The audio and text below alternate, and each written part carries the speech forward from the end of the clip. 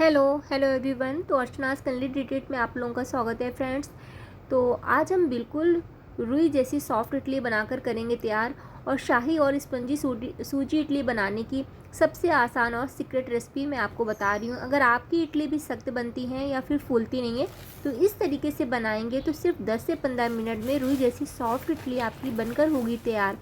तो आप लोग देख सकते हैं कि ये मैंने एक बाउल ले लिया है और मैं मेज़रमेंट करके इसमें सूजी को ऐड कर रही हूँ। तो लगभग मैंने 2 कटोरी सूजी डाली है। आप लोग आपके घर में जितने लोगों के हिसाब से बनाना हो आपको, आप उस हिसाब से क्वांटिटी को रखिएगा। मैं अपने हिसाब से रख रही हूँ। उसके बाद में मैंने क्या किया है, सॉल्ट ऐड किया है। सॉल्ट मैं स्वाद के हिसाब से और क्वांटिटी के हिसाब से ऐड कर रही हूँ। इसके बाद में मैं आधा कटोरी इसमें दही ऐड कर दूंगी, क्योंकि देखिए दही इसमें कंपलसरी होता है, क्योंकि हम बिना खमीर उठाए हम सूजी इडली बना रहे हैं, तो दही तो इसमें बहुत ज़रूरी है। और दही डालने के बाद में मैंने क्या किया है कि मैं इसमें लगभग आधी कटोरी में पानी ऐड करूँगी। तो आधी कटोरी में पानी ऐड करने के बाद में इन सारी चीज़ों को बहुत अच्छे से मिक्स कर लूँगी। ये छोटे छोटे से जो स्टेप हैं वो आप ध्यान रखेंगे तो आपकी इडली बहुत ज़्यादा अच्छी बनकर तैयार होगी। और सूजी जो होती है वो पानी को एकदम सोख लेती है। तो आप लोगों को हो सकता है ये देखने में लग रहा हो कि मैंने आधी कटोरी से ज़्यादा पानी डाला है, लेकिन ऐसा नहीं है, क्योंकि मुझे तो लग रहा था अभी पानी की इसमें और ज़्यादा ज़रूरत पड़ेगी, लेकिन मैंने अभी लगभग आधा ही कटोरी डाला है। और मैंने नाप के इसलिए नहीं डाला क्योंकि मैं किचन में काम करती हूँ, तो मुझे इतना आइडिया लग जाता है कि कितनी क्वांटिटी में मैंने पानी डाला है।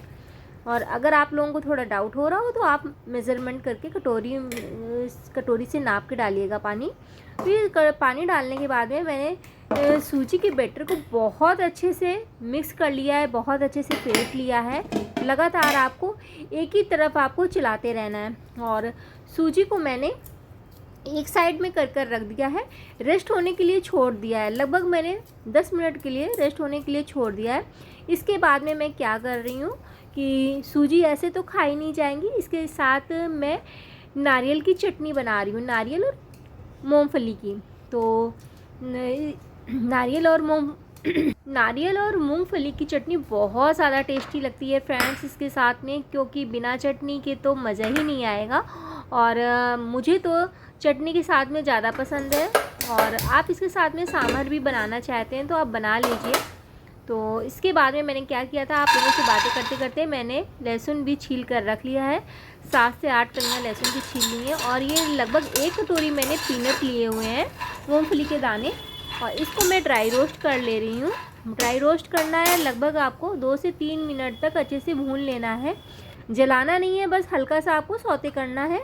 इसके बाद में मैंने गैस को ऑफ़ कर दिया है। अब मैं इसको 5 मिनट के लिए ठंडा होने के लिए रख दूँगी एक साइड में, ताकि ठंडा हो जाएगा। फिर उसके बाद में मैं छिलके इसके निकालूंगी। गरम में मत निकालिएगा, क्योंकि गरम गरम आप छिलका निकालने की कोशिश करेंगे तो आपके हाथ जल जाएंगे। तो किचन में काम करते हुए अपना भी ध्यान देना बहुत ज़रूरी है। तो जब तक आप अपना ध्यान नहीं देंगे तो फिर आप कैसे फैमिली में सबके लिए रेसिपी बना पाएंगे। तो इसलिए सबसे पहले अपना ध्यान दीजिए, उसके बाद में आगे का काम करिएगा। तो बस मैंने इसको ठंडा होने के लिए छोड़ दिया था और ये ठंडा हो जाएगा, उसके बाद में मैं छिलके निकालूंगी। और आप अगर मेरे बताए तरीके से इडली बनाएंगे ना तो आपकी इडली कभी भी सख्त नहीं बनेगी, और बिना खमीर उठाए हम 10 मिनट में एकदम जालीदार इडली बनाकर कर लेंगे तैयार। तो देख लीजिए, आप लोगों से बात करते करते हमारी मूंगफली ठंडी हो गई थी, तो मैंने इसका छिलका हटा लिया है। और ज़रूरी नहीं कि इससे सारे छिलके हटाए जाए, जितने आसानी से निकल जाएँ आप उतने हटाइए, बाकी इसको ऐसे ही रहने दीजिए। और इसके बाद में मैंने एक जार ले लिया है, जार में मैंने मूंगफली डाल दी थी, लहसुन डाल दिया, कड़ी पत्ता डाल दिया, और 2 से 3 हरी मिर्च डाल दी। उसके बाद में मैं थोड़ा सा अदरक भी डाल रही हूँ। और हरी मिर्च आप अपने टेस्ट के अकॉर्डिंग डालिएगा, जितना तीखा आप खाना पसंद करते हो और आपकी फैमिली में जितना तीखा खाया जाता हो आप उसके हिसाब से डालिएगा फ्रेंड्स। मैं अपने हिसाब से डाल रही हूँ। इसके बाद में मैंने इसमें दही डाल दिया है। दही भी बहुत ज़्यादा कंपलसरी है। और इसके बाद में मैंने लगभग आधा कटोरी मैंने नारियल का बुरादा डाल दिया है।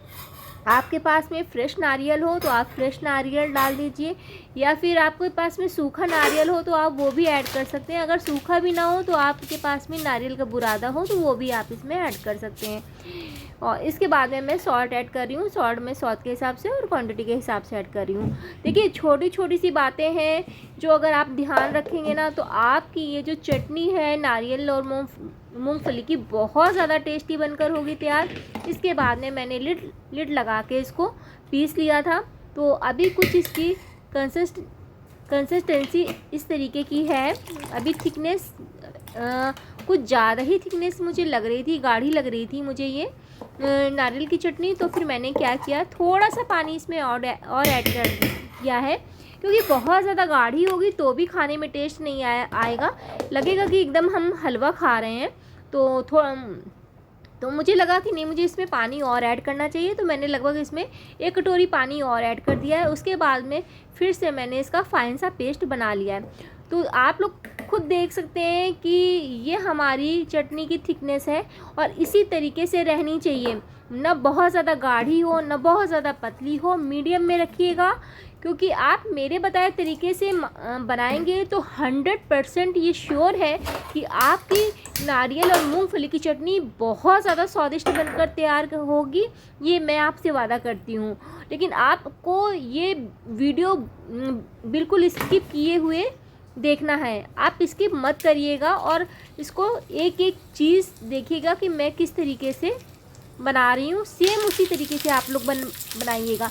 क्योंकि अगर आप लोगों ने वीडियो स्किप कर के देखा ना तो कुछ चीज़ें मिस हो जाती हैं। फिर आप लोग जब बनाओगे तो ये कहोगे कि पता नहीं मैंने कैसे आपको बता दिया है। और अगर आपकी चटनी बिगड़ गई तो फिर आपको कहीं ना कहीं ये लगेगा फ्रेंड्स कि पता नहीं कैसे मैंने आपको बताया कि आपका सारा मटेरियल भी ख़राब हो गया और आपकी चटनी भी स्वादिष्ट नहीं बनी। तो इसलिए मेरी रिक्वेस्ट है आप लोगों से कि वीडियो को बिना स्किप किए हुए देखिएगा। इसके बाद में मैंने तड़का पैन ले लिया। तड़का पैन में मैंने थोड़ा सा रिफाइंड ऑयल डाल दिया है।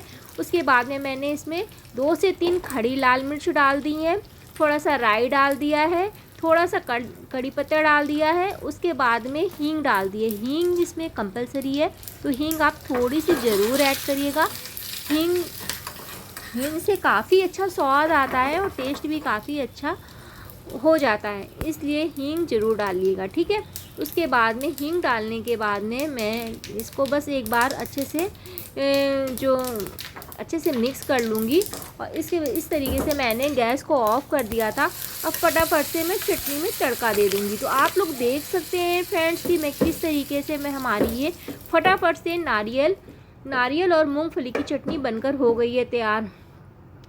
और देखिए, हमारे पास में घर गृहस्थी में बहुत सारी ऐसी चीज़ें हैं जो कभी कभी नहीं अवेलेबल होती हैं। तो लेकिन कुछ चीज़ें हम यूज़ करके हम अपने रेसिपी को बहुत ज़्यादा टेस्टी बना सकते हैं। जैसे कि आप ये सोचेंगे कि अब मेरे पास में नारियल नहीं है तो मैं क्या करूं, कैसे बनाऊं।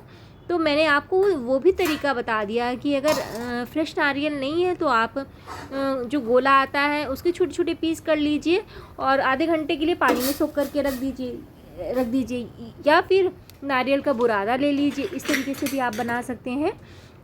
तो बस चटनी हमारी बनकर हो गई थी तैयार। फिर मैंने क्या किया कि ये जो मेरे पास में इडली स्टैंड है, तो मेरे पास में इस तरीके का इडली स्टैंड है। मेरे पास में बड़ा भी है और ये छोटा भी है। तो मैंने सोचा क्यों ना आज छोटे में बनाकर मेरा ट्राई किया जाए, क्योंकि छोटी छोटी इडलियाँ भी बहुत ज़्यादा अच्छी लगती हैं। तो सारे इडली स्टैंड में मैं हल्का सा ऑयल ग्रीस कर लूँगी, लगा लूँगी, ताकि हमारी जो इडली है वो चिपके नहीं, बहुत ज़्यादा अच्छे से बनकर तैयार हो। और बस इसके बाद में सूजी के बैटर में मैंने लगभग 1 से 2 पिंच आपको बेकिंग सोडा ऐड करना है। आप डालना चाहते हैं तो डालिए, नहीं डालना है कोई बात नहीं, फिर भी आपकी बहुत ज़्यादा सॉफ्ट इडली बनकर होंगी तैयार। हाँ, जैसे आपके पास में बेकिंग सोडा नहीं है तो आप इसकी जगह 1 से इनो का भी ऐड कर सकते हैं।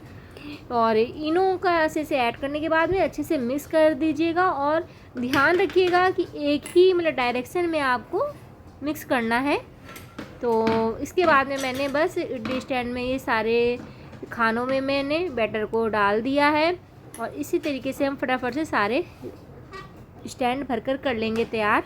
और इसके बाद में मैंने क्या किया है कि उधर, जैसे कि अभी आपको मैंने पहले भी दिखाया था कि मैंने पानी चढ़ा दिया था और पहले मुझे लगा कि शायद ये कहीं ऐसा ना हो जाए कि इडली स्टैंड के ऊपर पानी आ जाए, तो मैंने ये बाउल रख दिया था। लेकिन फिर मुझे लगा कि नहीं, इसका मतलब उसमें नहीं आएगा, इडली स्टैंड के ऊपर नहीं आएगा पानी, तो फिर मैंने वो बाउल हटा दिया है और इस तरीके से स्टैंड रख दिया है।